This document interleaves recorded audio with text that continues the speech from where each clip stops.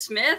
Hello, everyone. My name is Bernadette Smith, and I am CEO of Equality Institute. And I'd like to welcome you to 5 Things in 15 Minutes. Today, my special guest is Simone Sloan. Simone, would you mind introducing yourself, Sure. please? Thank you so much, Bernadette, for having me on. And I'm Simone Sloan with Your Choice Coach. We do the executive coaching, diversity, equity, inclusion consulting work, and really helping companies with their people strategies at all levels be more effective. So, Awesome. yeah, absolutely. Glad to be here. Well, welcome. And you're in New York, right? Yes, in the New York area. And you can definitely hit me up on LinkedIn if you want to connect. I'd love to hear from you. Or you can go to my website too at yourchoicecoach.com. Awesome. Well, thank you so much for being here with me today. This is the 5 Things in 15 Minutes LinkedIn Live, in which every Saturday, every Monday, I'm joined with this. I am struggling with my words today. It's I am Monday. joined with a special guest to look and share good vibes in DEI. And I write a newsletter called 5 Things, which goes out every Saturday morning, sharing stories that I have found of positive, meaningful change related to diversity, equity, and inclusion and corporate social responsibility. And that newsletter is now recapped on Mondays on LinkedIn Live with a special guest. So if you don't already subscribe, you can check out 5thingsdei.com. All right, everyone, and please feel free to comment in the chat and ask questions. We're definitely here for that as well. All right, so today's first story comes from Twitter. So the company made some diversity pledges. They published the results of their first year after having made the pledges. And for a company with 7,000 employees, the increase of Black and Latinx or BIPOC employees is 2.5%. So it's not significant, but it actually is 175 employees or so. And I think that it's a really interesting story because of the roadmap that it shares. So what they did was, first of all positions are now work from anywhere. So that's pretty cool. It expands the talent pool. It helps people with disabilities have greater access. People who don't want to live in high priced cities have greater access. Then they also changed the criteria for all positions above entry level, that the final slate of 3 candidates for promotions or higher level positions has to have at least one woman and BIPOC. And then they also tied executive pay to hitting these targets. So they sort of did different things to increase diversity and then added in that accountability. So, Simone, what do you think of this story? Absolutely. No, it's great to hear. And especially we're talking about technology company too. But one thing that I like is the flexibility that they've created as their foundational platform to allow this to really leap, right? Because work from anywhere. They've not said you have to come into four walls. They've not said you have mandates of anything of that nature. But what they have said is that work anywhere, and that even includes the atmosphere of inclusion of how we're operating. I love the fact too, because what they've done is hold their talent acquisition groups to the accountability of what they need and requirements that have to be there, and held them to that, right, as part of this process. Otherwise it goes by the wayside, right? And will in that also the leadership team accountability piece that comes into play, to hold them to this. So at all levels they put in flexibility and systems of accountability. Absolutely right. And I think it also like tangibly illustrates the D, the E, and the I, right? So, or at least the D and the E, because they sought to increase diversity, which Right, is expanding the work from anywhere. right. They sought to be more equitable by changing their hiring policy and requiring that diverse Absolutely. slate of candidates.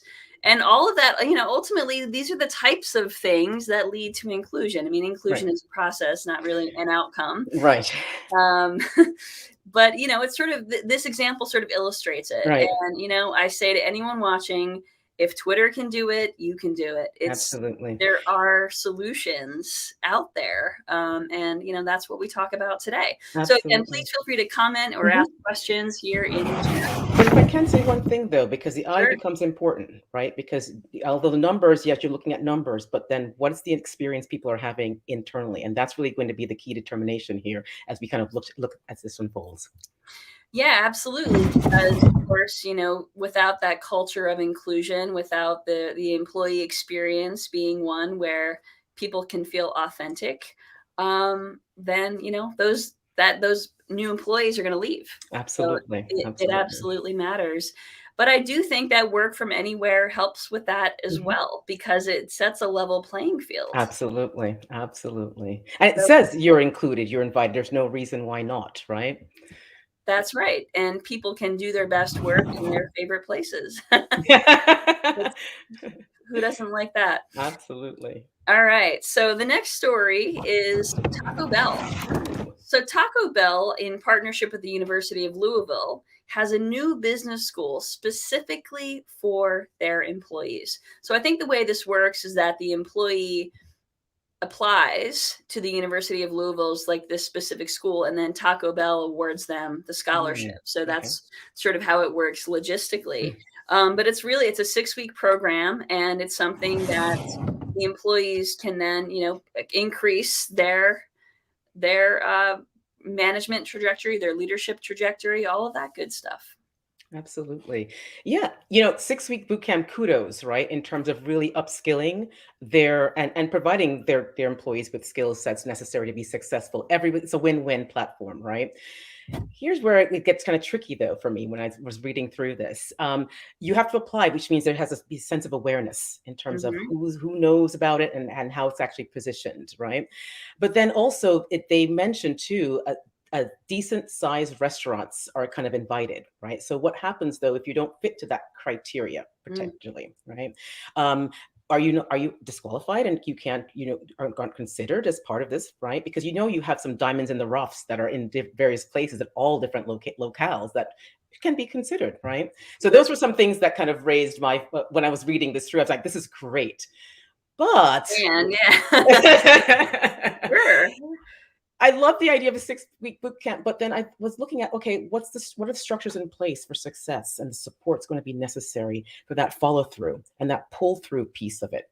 And so, while it's great to give them the knowledge, but then the support afterwards is going to be very critical in order for them to see the movement and those Hmm. and the what they're looking for as part of this process for success. Sure. So Taco Bell, if you're watching, listen to what Simone, like rewind and listen to what Simone just said, because you're right. You're absolutely right. There has to be the sustainability factor. And obviously, and if there's not, then there's no ROI for Taco Bell in the first place. Hopefully that's not just a PR move, but I think that the 6 weeks, the curriculum is specifically tailored, Right, right? right. So hopefully they have the other mechanisms in I'm place to sure. ensure that it's sustainable. But yeah, Absolutely. good, I think it's really, for really good kudos. point.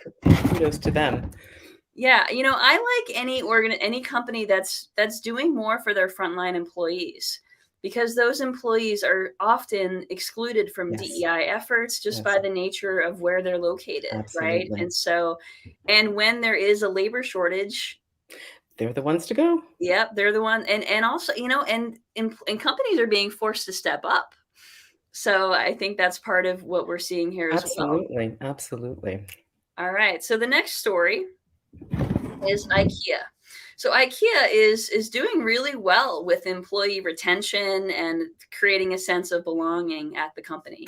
And they have some really cool inclusive policies. For example, even in the country of India, they have paternal leave, which Mm, is a little bit unusual. Same sex partner benefits in Japan for their employees. absolutely. They also do a lot with refugee skill building Mm, and language training, and they took great care of their employees during the pandemic. So they're seeing a lot of great results from that in terms of their employee yep, inclusion surveys, their engagement surveys. And I think that's great. So again, sort of looking at this story, you can see the story in the chat. yep, Um, Read through and you can sort of make a bulleted list of ideas you can bring back to your own organization. absolutely. I think for me, when I was reading through it, the words that came to my mind is purposed organization, right? And Mhm. really creating a purpose around their employees. I think they're one of the few that help compensation, bonuses, healthcare during a time where it's so turbulent, people didn't even know what's happening. And you think about how they operate. Yes, they have an online presence, but they have these huge stores that Mhm. are located all over, right? In terms of you go in and that's an experience in itself. So really thinking that through from a customer experience, but also what's the employee experience, and really putting that time and effort in there, that you see the upskilling of various workers and being very intentional around how they are, what they're doing for their employees, for not only retention, but they're just thinking about the holistic process of that employee, from onboarding to offboarding. So people are just like, I had a great time here. I don't want to leave. And that matters. I'm always heartened when I see companies getting it right, because we spend a lot of time at work, and Yeah, and people deserve the kindness. absolutely. It's Uh, the I feel like it's the least companies should be doing, but um everyone is in their own place, and my goal with this work is to help people find their own path forward. So look for the inspiration Absolutely. wherever wherever you can find it. And it's awesome because you're talking large scale, 30 different countries in which they operate. Values and their vision comes through. And you mentioned some countries in which they're having impact. So Right. absolutely. Exactly. Yeah. Okay, the next story, you know an interesting story for me was a few years ago, I went to a football game, a soccer game in Mexico City, and constantly kept hearing this big chant through the stadium. And the stadium holds like 50 or 60,000 people in there, this echoing chant. And I asked my friends who I was with what it meant, and it's a gay Mm, slur. mm, And so it was kind of weird to know that this is like literally shouted by thousands of people right. at a time, and they do it when the opposing team does something really great. Yeah. So anyway, that chant has been banned. Mm, It's good. been banned by the Good. Mexican Football Good. Federation, and fans can face up to 5 years being banned from the stadium. Good. Again, it's kind of shocking. And Simone, I think you're getting the picture that some of these stories are like better late than never. I'm a big football fan, from coming from Jamaica, reggae boys, woohoo. Although we're not that great, but hey.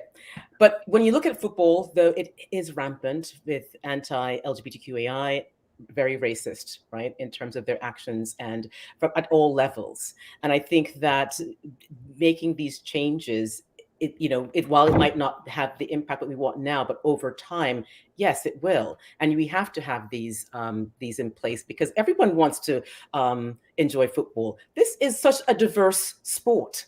Think Hmm. about it. Every nation, I think at least, plays football or engages in it in some shape, form. It's embedded in a culture, right? Sure. And so when you're there and you really want to just have fun and rally, but then also feeling marginalized at the same time and disenfranchised, that's not, it's just not right. That's just not okay. It's not. And I mean, think of the young kids, the young gay kids who've been at these games with their Yeah. families and hearing this. It's like horrifying. And you're right, it is the most global sport. So Yeah. it's progress. Absolutely. Absolutely. Good.